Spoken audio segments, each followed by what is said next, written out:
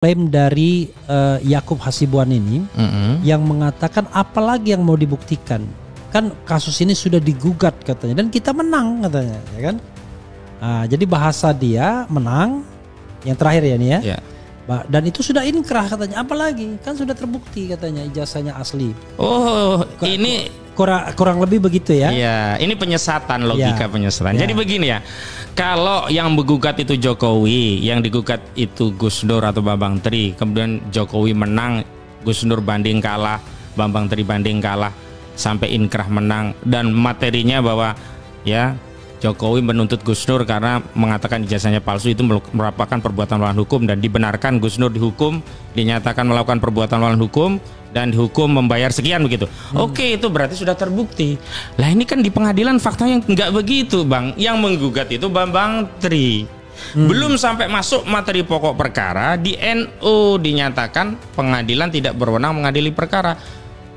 Ini namanya masih draw, belum ada yang menang, belum ada yang kalah. Yang kedua, kalau mau dipersoalkan, ya silahkan persoalkan saja seluruh rakyat Indonesia yang sekarang ramai di sosial media. Mau digugat berapa nomor perkara gitu. Itu kalau mau semuanya yang dipermasalahkan. Tapi kalau saya lihat itu gimmick saja, karena bahasanya kan akan mempertimbangkan. Biasalah. Mempertimbangkan sendiri baru mempertimbangkan. Ini baru akan. Iya. Ya kan? Pertimbangan kaya yang enggak ya. Pertama akan, yang kedua mempertimbangkan. Nah kesimpulannya ya udahlah, saya nggak mau. Dua angan-angan. Dua angan-angan gitu. Ada satu topik yang ingin saya tanyakan kepada Anda ya, sebelum kita nanti jawab orang-orang ini ya. Dua tiga lah ya, jangan satu saja. Satu, ada semacam apa ya, tantangan dari baik dari pengacara maupun dari Jokowi langsung. Yaitu akan memperkarakan orang-orang yang masih mempersoalkan ijazah palsu. Iya. Saya tidak nakut-nakuti, tantangan ini bukan main-main. Karena korbannya sudah ada kan? Iya, Bambang Tri dan Gus Dur. Bambang Tri, mereka dihukum hampir sama dengan koruptor 300 triliun. Iya, betul. Ya? Di tingkat awalnya, tapi sekarang kan dinaikkan sudah hukuman Harvey Muiz. Yang kedua adalah tiba-tiba hilang katanya, kata guru besar UGM, Profesor Markus, ijazah Jokowi. Iya. Kalau hilang, what dari sisi hukumnya, kan? Lalu apa yang digunakan untuk daftar selama ini? Saya ingin memulai itu menanyakan kepada Anda, Bro Hosinuddin, soal tantangan dulu yang sempat diucapkan oleh, kalau tidak salah Jokowi sendiri ya, walaupun Jokowi juga mengatakan yang menggugat lah yang mendalilkan. Dia bilang begitu kan. Betul. Dia bawa dalam perspektif perdata saja. Betul. Tetapi yang dari pihak pengacaranya yang saya dengar yang ngomong itu adalah Yakub Hasibuan. Betul. Yang tidak lain adalah putra dari Otto Hasibuan. Yang tidak lain adalah Wakil Menteri Koordinator Hukum bla bla bla bla bla. Hukum dan keamanan ya.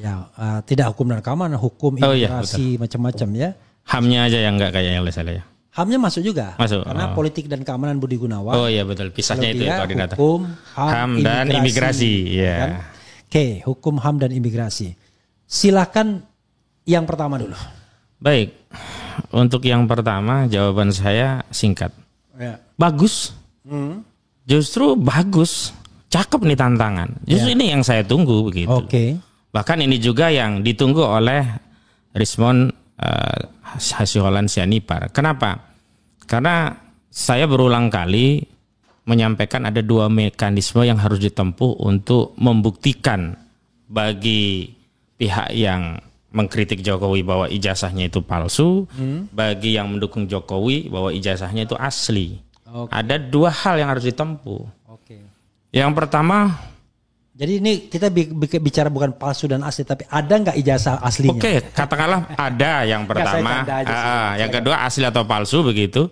Yang pertama memang diskursus yang punya nilai legal dan konstitusional untuk memberikan simpulan bahwa ijazah ini asli atau tidak dan kemudian menutup diskursus ini ya hanya pengadilan.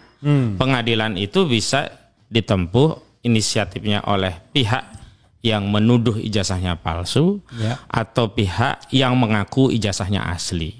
Kalau yang lalu Bambang Trimulyono sudah mengambil inisiatif itu. menggugat di Pengadilan Negeri Jakarta Pusat. Yang pertama, namun dalam perjalanannya kan dicabut karena Bambang Tri yang ditangkap, kena kasus pidananya, ditangkap sama Gus Nur. Walau kemudian ada kritik yang juga saya sampaikan baik kepada Jokowi maupun seluruh pendukung timnya Jokowi. Karena kan selalu narasi yang dibangun itu adalah siapa yang mendalilkan, dia yang harus membuktikan. Pada kasus perdata Bambang Tri menggugat Jokowi di Pengadilan Negeri Jakarta Pusat, benar yang mendalilkan Bambang Tri, maka yang harus membuktikan bukan pembuktian di Bambang Tri. Tapi untuk dalam kasus perdatanya, dalam kasus pidananya yang mendalilkan gantian jaksa. Yang mendalilkan bahwa Bambang Tri dan Gus Nur mengedarkan kabar bohong soal mubahalah ijazah palsu. Artinya jaksa yang harus membuktikan ijazah Jokowi asli agar tidak menjadi kabar bohong. Dan faktanya saya hadir di sana 6 bulan bersidang, tidak pernah muncul ijazah asli itu. Maka ketika ada Jokowi mau mempersoalkan, katakanlah dia menggugat ke pengadilan, bagus sekali. Atau menggunakan mekanisme pidana, itu juga bagus sekali. Kita sangat tunggu. Sekalian laporkan gitu ya. Iya, laporkan Rizwan Hasibulan misalkan. Nah, itu kesempatan Rizwan untuk membawa bukti-bukti saintis yang dia miliki, data-data dan keahlian dia di forum persidangan. Sementara dia juga harus membawa, karena dia yang melapor harus membawa ijazah yang dia punya. Sehingga ada forum yang mengadili apakah ijazah ini asli atau palsu. Itu yang pertama. Yang kedua, saya juga berulang katakan bahwa untuk menguji apakah sebuah dokumen itu asli atau tidak itu bukan testimoni, bukan keterangan, bukan kesaksian. Tapi metode ilmiah untuk membuktikan bahwa satu, kertasnya memang usianya sama dengan tahun yang lalu. Barangnya dulu ada, lalu kemudian forensik uji. Nah, artinya apa? Setelah ada forum peradilannya, ada mekanisme pembuktiannya secara forensik. Diawali dengan apa? Ijazahnya dulu ada. Hadirkan barang. Hadirkan dulu. Nah, sekarang pertanyaan kami, barang ini ada nggak? Kalau barang ini ada, nggak harus nunggu hari ini. Semestinya muncul pada sidang pengadilan negeri di Surakarta. Bambang Tri ya. Bambang Tri dan Gus Nur. Itu tanggapan kami bagus. Yang kedua, kalau persoalannya ingin dikembangkan bukan membuktikan apakah ijazah itu palsu atau asli, tapi mengulangi periode pertama, ingin mengkriminalisasi orang-orang yang mengkritik ijazah itu, saya juga tantang. Dengan cara apa? Kalau mereka memaksakan dengan kasusnya Gus Nur dan Bambang Tri kabar bohong, pasal 14 ayat 1 ayat 2, pasal 15 Undang-Undang Nomor 1 Tahun 1946 itu sudah dibatalkan MK. Itu undang-undang pasal itu sudah tidak ada lagi. Tidak ada lagi, nggak bisa mengatakan kita yang mengkritik itu kabar bohong.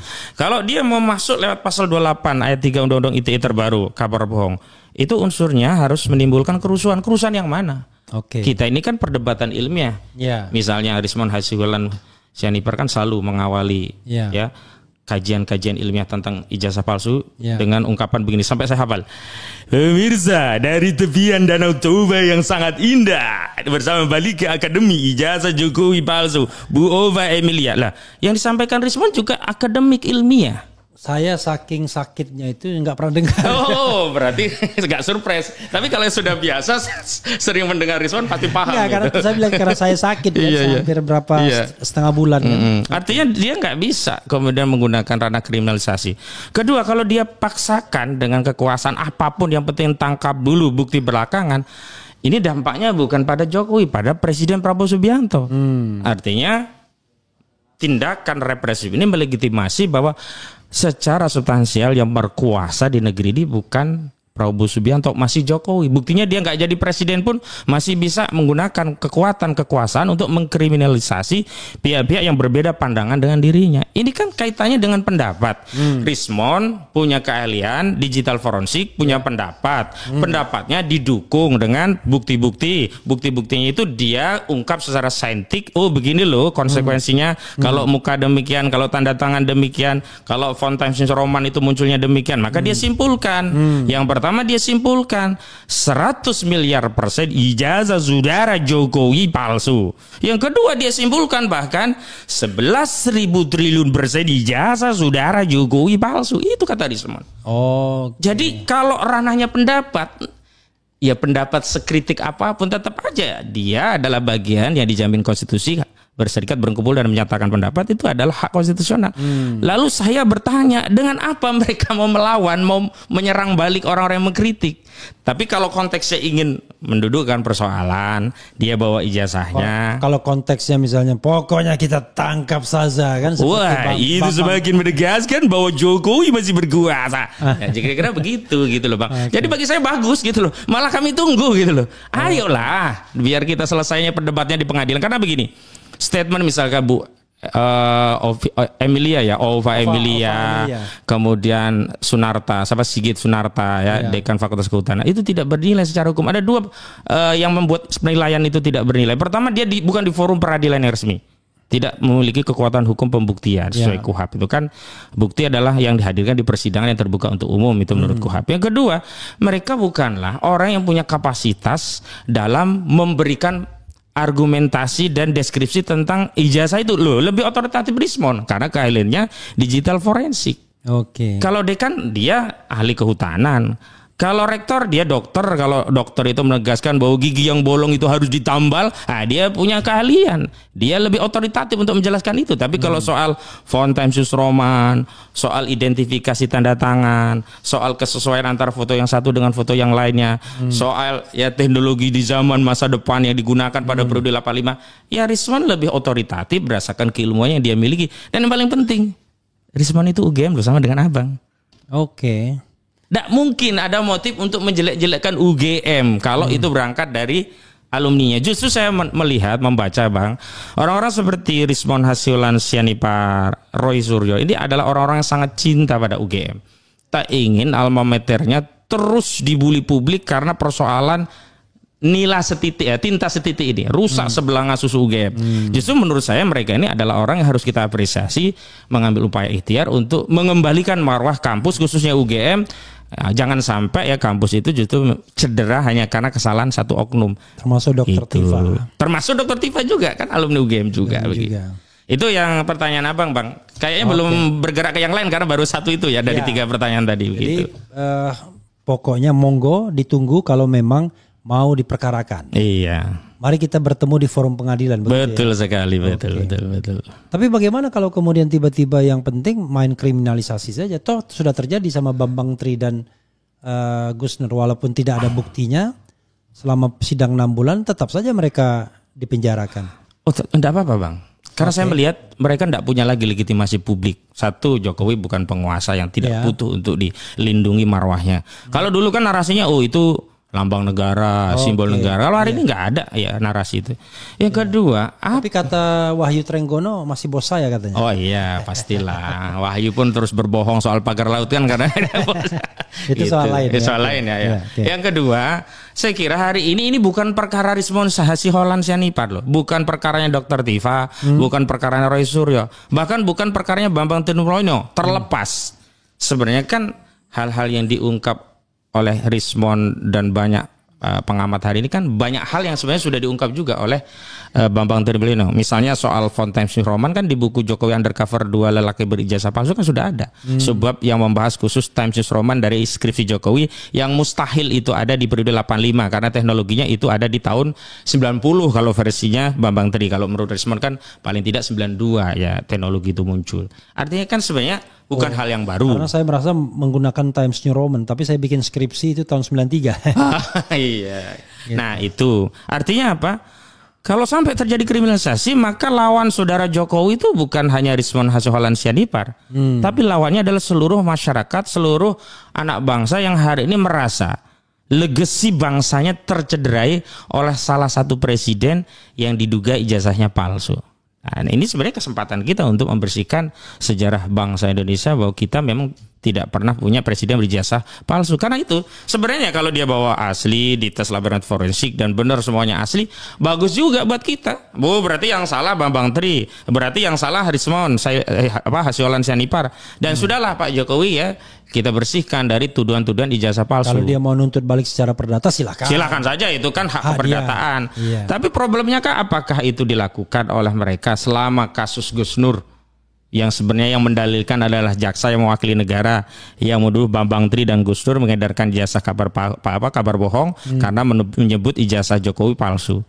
tidak terbukti itu di pengadilan. Ada satu lagi ya, oke itu kita cukupkan itu ya. Tapi ya ada satu lagi klaim dari Yakub Hasibuan ini yang mengatakan apalagi yang mau dibuktikan.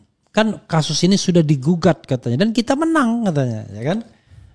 Jadi bahasa dia menang yang terakhir ya nih ya. Yeah. Dan itu sudah inkrah katanya, apalagi kan sudah terbukti katanya ijazahnya asli. Oh, ini kurang lebih begitu ya? Iya, ini penyesatan, logika penyesatan. Jadi begini ya, kalau yang menggugat itu Jokowi, yang digugat itu Gus Dur atau Bambang Tri, kemudian Jokowi menang, Gus Dur banding kalah, Bambang Tri banding kalah, sampai inkrah menang, dan materinya bahwa ya Jokowi menuntut Gus Dur karena mengatakan ijazahnya palsu, itu merupakan perbuatan melawan hukum dan dibenarkan Gus Dur dihukum, dinyatakan melakukan perbuatan melawan hukum dan dihukum membayar sekian begitu. Oke, itu berarti sudah terbukti. Lah ini kan di pengadilan faktanya nggak begitu, Bang. Yang menggugat itu Bambang Tri. Belum sampai masuk materi pokok perkara, di NU dinyatakan pengadilan tidak berwenang mengadili perkara. Ini namanya masih draw, belum ada yang menang, belum ada yang kalah. Kalau belum masuk ke materi pokok perkara. Draw pun tidak. Draw pun sebenarnya belumnya tidak, ya benar gitu. Kilometernya masih nol. Masih nol gitu loh. Belum masuk pada proses pembuktian misalnya ya. Bambang Tri membawa buku Jokowi Undercover ya. Kemudian Jokowi membawa ijazahnya di pengadilan, belum ada. Lah, kan Otto Hasibuan yang menyatakan bahkan menjanjikan ada ijazahnya palsu, tapi kan itu tidak pernah dibawa ke pengadilan. Kenapa? Karena memang pengadilan belum sampai kepada pokok perkara, lalu diputus NU. Yang putusan NU itu dibanding, lalu jadi inkrah. Jadi gak ada yang namanya ijazah Jokowi itu dianggap menang, gak ada. Ini penyesatan hukum. Saya bisa buktikan tidak seperti itu putusannya. Putusannya itu NU, bukan Jokowi menang, bukan kemudian Gus Dur dianggap menyatakan perbuatan melawan hukum atau Bambang Tri melakukan perbuatan melawan hukum. Ketika putusan pengadilan itu menyatakan tidak dapat diterima, tiba-tiba orang mengklaim menang. Ya politis lah. Ya politis ya. Ini coba saya mau bacakan biar nanti Anda kemudian memberikan tanggapan ya. Ini ada dua berita ya dari rmol.id, penyebar isu ijazah palsu Jokowi mau dipolisikan, biar kita tidak dianggap hoax ya. Kemudian ada juga berita berita yang kedua adalah Jokowi pertimbangkan langkah hukum soal tudingan ijazah palsu UGM. Nah, coba kita yang kedua dulu ya. Ini karena ini yang nulis Tempo, menurut saya pastinya kredibel kan. Jokowi pertimbangkan langkah hukum soal tudingan ijazah palsu UGM. Tempo.co Jakarta, mantan Presiden Joko Widodo atau Jokowi mengakui sedang mempertimbangkan langkah hukum terhadap pihak-pihak yang masih mempersoalkan tentang keaslian ijazahnya dari Universitas Gadjah Mada Yogyakarta. Ayah Wakil Presiden Gibran Raka Buming, Raka itu kembali menekankan bahwa siapa yang menuduh ijazah UGM-nya palsu adalah yang harus membuktikan. Tadi ya. Yang dipertimbangkan untuk dikaji lebih dalam oleh pengacara kuasa hukum karena memang sudah dipertimbangkan untuk dikaji lebih dalam oleh pengacara kuasa hukum karena memang sudah disampaikan oleh Rektor UGM. Terakhir juga disampaikan oleh Dekan Fakultas Kehutanan. Kan sudah jelas semuanya, ujar Jokowi ketika ditemui wartawan di kediamannya di Kelurahan Sumber, Solo, Jawa Tengah, Jumat 11 April. Jokowi mengungkapkan alasan akan mengambil langkah hukum tersebut karena ingin menunjukkan kebenarannya. Terlebih karena meskipun sudah ada pihak berkompeten menyampaikan keabsahan ijazah miliknya, mesti kan ada barangnya ya. Lalu UGM sertifikat asli begitu. Ya kan? Tapi kalau barangnya nggak ada gimana kok? Masih ada pihak-pihak yang terus mempersoalkannya. Ya kami kan ingin menunjukkan bahwa betul-betul saya ini kuliah di Fakultas Kehutanan. Betul-betul ijazahnya dikeluarkan oleh Universitas Gadjah Mada dan sudah disampaikan tidak hanya sekali oleh rektor. Oleh dekan juga sudah disampaikan, sudah dibuka seperti itu. Tapi kalau masih urusan huruf lah, urusan angka, wah kalau itu ya udah. Dan yang paling penting siapa yang mendalilkan, itu dia yang membuktikan. Ya, pakai perdata, padahal ini kan pidana kalau dia membohongi publik kan. Siapa yang menuduh, dia juga harus membuktikan. Saya rasa itu, kata Jokowi. Terkait langkah hukum yang akan diambil, Jokowi mengatakan saat ini masih dalam kajian para pengacara. Ini masih dalam kajian para pengacara, jadi tanyakan nanti ke pengacara, ucap dia. Sebelumnya, tim kuasa hukum Jokowi memastikan bakal mengambil langkah hukum. Ya. berubah sendiri. Tiba-tiba Jokowi Menteri SDM. Sebelumnya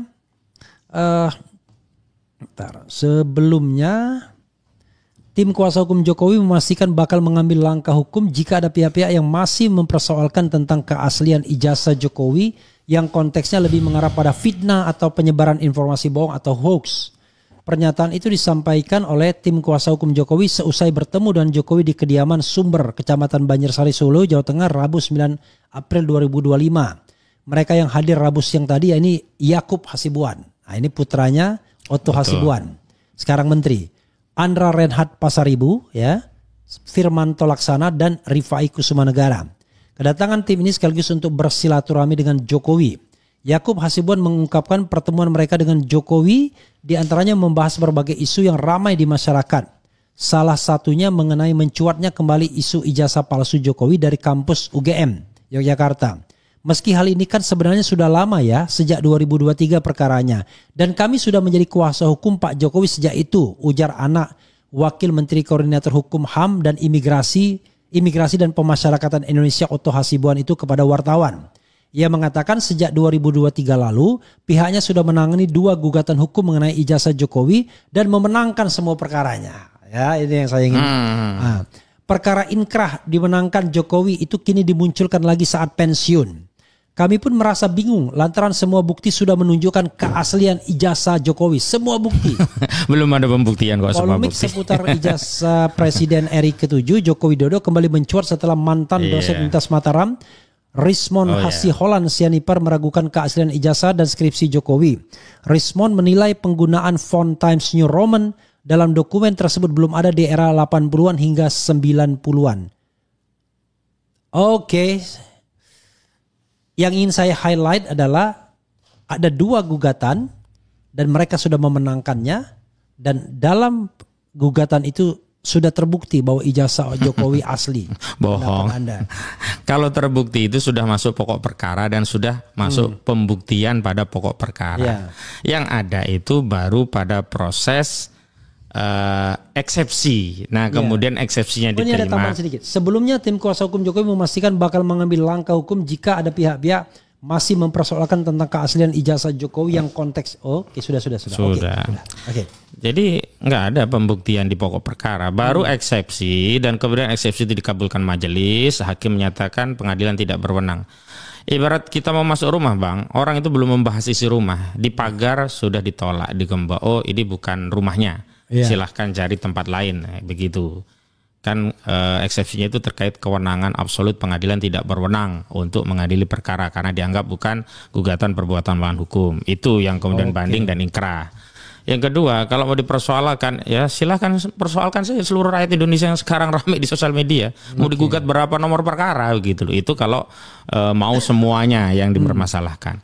Tapi kalau saya lihat itu gimmick saja, karena bahasanya kan akan mempertimbangkan. Biasalah. Mempertimbangkan sendiri baru mempertimbangkan. Ini baru akan. Iya. Jangan pertimbangan kaya yang enggak ya. Pertama akan, yang kedua mempertimbangkan. Nah, kesimpulannya ya udahlah, saya enggak mau. Dua angan-angan. Dua angan-angan gitu. Nah, sebenarnya begini, kalau dia misalnya mau menggunakan kabar bohong tadi pasalnya sudah nggak ada. Kalau dia paksakan ya dengan 28 ayat 3 Undang-Undang ITE, kerusuhan yang mana unsurnya? Kalau dia paksakan pasar pencemaran, berarti kan harus Jokowi sendiri yang datang. Ya, Jokowi sendiri yang melaporkan. Iya, nggak bisa nanti BAP. Nah, justru kesempatan ini yang ditunggu sebenarnya. Jokowi di BAP, Jokowi nanti diadili, dan karena dia menganggap fitnah kan legal standing dia dipersoalkan. Legal standing yang persoalkan itu apakah benar dia Jokowi, apakah dia benar berjasa UGM, apakah benar ijazah UGM itu asli. Nah, ini kewajiban dari proses pembuktian itu ada di legal standing penyidik dulu. Nah, legal standing ini pun nanti di pengadilan akan dipersoalkan, karena bisa saja kan Bang, di penyidikan itu diloloskan oleh penyidik, tapi di pengadilan ternyata abal-abal, kan banyak kita temui. Nah, kasus Jokowi ini awalnya SD tempat Jokowi kepala sekolahnya itu dia menyatakan begini, Bang, kami sebagai umat Islam merasa dirugikan dan tidak berkenan karena kitab suci kami, yakni Al-Quran, digunakan oleh Gus Dur sebagai sarana untuk mengedarkan kebohongan. Padahal dia udah Kristen. Iya. Saat itu kita kejar loh. Apa alasannya saudara menyatakan kami umat Islam? Saudara kan bukan Islam lagi. Iya. Saya tidak mempertanyakan saudara menjadi Kristen itu urusan saudara lah. Tetapi kenapa di BAP? Ini di pengadilan ya. Di pengadilan saudara kata. Kenapa di BAP saudara katakan kami sebagai umat Islam merasa dirugikan karena Al-Quran, kitab suci kami digunakan untuk mengedarkan kebohongan waktu Gus Dur mengadakan mubahalah, dianggap itu mengedarkan kebohongan ijazah palsu gitu. Lalu apa kaitannya dengan dia juga? Apakah kaitannya juga dengan dia? Saya kejar saudara apa? Kristen. Ibu ini Kristen kan? Ya. Kitab suci ibu apa? Al-Quran bukan. Lalu kenapa? Kesulitan dia akhirnya ketakutan itu. Nah dugaan saya itu ada desain BAP, copy paste, belum dieliminasi langsung ditandatangani. Dan belum ditanya agamanya belum apa. Belum ditanya apanya agama. Itulah kelakuan penyidik kita di Barreskrim itu kan kayak gitu. Ini kan Direktorat Tindak Pidana Cyber waktu itu. Waktu itu Bang saya sebenarnya sudah sampaikan. Kami kan sudah analisa. Awalnya kan Gus Dur melakukan mubahalah. Ya. Ini pasti akan jadi perkara pidana karena Jokowi kan berkuasa. Ya. Lalu saya minta, Bang, lewat Gus Dur bisa nggak kita bikin gugatan perdata agar ada perma nomor berapa itu kan? Kalau objek itu sedang digugat persoalan hak keperdataan maka pidananya berhenti dulu. Ya. Hak keperdataan itu adalah hak terhadap ijazah itu benar nggak punya Jokowi atau benar-benar palsu. Ya. Kami daftarkan nomor itu untuk kami ganjel ke Barreskrim. Saudara penyidik. Jangan jalan dulu ini pidananya. Ya. Karena perdata kita masih jalan, kita membuktikan hak keperdataannya. Ya. Enggak dianggap oleh Barreskrim, Pak. Jalan aja terus. Ya. Dia ditangkap itu gitu. Ya ini kan sebenarnya kan uji kesaktian Jokowi lagi. Iya, kan? Apakah masih sakti? Nah, kalau sakti sebenarnya yang malu Prabowo, berarti benar. Bahwa Prabowo itu bukan penguasa sejati, bahwa sebenarnya ini adalah jilid 3 kekuasaan Jokowi, bahwa dalam tanda petik bahkan ya kemenangan Prabowo itu adalah kemenangannya Jokowi. Maka benar juga kalau kemudian Prabowo berteriak hidup Jokowi gitu. Tiga kali. Kurang satu lagi hidup Jokowi. Dah. Ya, oke. Lalu kemudian tiba-tiba dari dosen atau guru besar Fakultas Hukum UGM, Markus ya namanya, mengatakan ijazah Jokowi itu asli tapi hilang. Anda dengar nggak itu? Iya, saya baca di media. Itu kan sesuatu yang menurut saya. Kapan narasi hilang? Ada narasi hilang ini pernah nggak sebelumnya muncul? Nggak pernah. Dan ini baru. Ini anomali Bang. Harusnya narasi hilang itu disampaikan oleh Jokowi. Karena yang memegang ijazah itu adalah mahasiswa yang bersangkutan. Kampus itu tidak pegang ijazah ganda untuk arsip. Enggak loh Bang, cuma data. Hanya kalau hilang baru diurus kampus untuk diterbitkan. Apalagi ini kampusnya hukum. Guru besar hukum pidana. Jadi ini loh, kalau saya membayangkan Bang, ini mereka walaupun saya tahu ya Prof Markus itu ya katakanlah afiliasinya gitu ya. Afiliasinya ke sana seperti Prof Edi Hiarij kan. Iya, tahu kita. Nah, justru ini kalau saya menganalogikan Jokowi itu panik gitu loh. Panik datang ya Luhut bin Sarpanjaitan, nggak ada angin, nggak ada hujan, tiba-tiba memberikan pengakuan selama 10 tahun saya sebagai anak buah Pak Jokowi, sebagai tentara bersaksi bahwa tidak ada pelanggaran konstitusi yang dilakukan oleh saudara Jokowi. Ini kan terdesak. Karena apa? Ijazah palsu itu kan pelanggaran konstitusi yang paling asasi. Sehingga seorang opung Luhut bin Sarpanjaitan kok perlu untuk hari pertama kalau nggak salah datang ke Solo Lebaran langsung bikin kesaksian itu. Ini kan panik. Dua ya Jokowi sendiri mengulang-ulang narasi siapa yang mendalilkan dia yang membuktikan. Itu kan berulang-ulang. Nah padahal turun pengacara. Nih colok. Makan tuh ijazahnya gitu kira-kira begitu ya. Tuh matamu itu. Nah, enggak. Desmond nih. Gus Dur nih. Bambang Tri. Nah, misalnya nih Times New Roman nih. Padahal as simple as that ya sebenarnya simple banget sebenarnya. Betul. Oke. Jadi saya membayangkan tidak gampang juga membela kasus ini kalau seandainya murni ini kita mencari kebenaran hukum ya. Tapi kalau cuma main kekuasaan saja ya namanya penguasa suka-suka aja kalau gitu ya. Apa lagi? Tadi rencana. Gugatan sudah dijawab, hilang itu narasi yang baru muncul sekarang.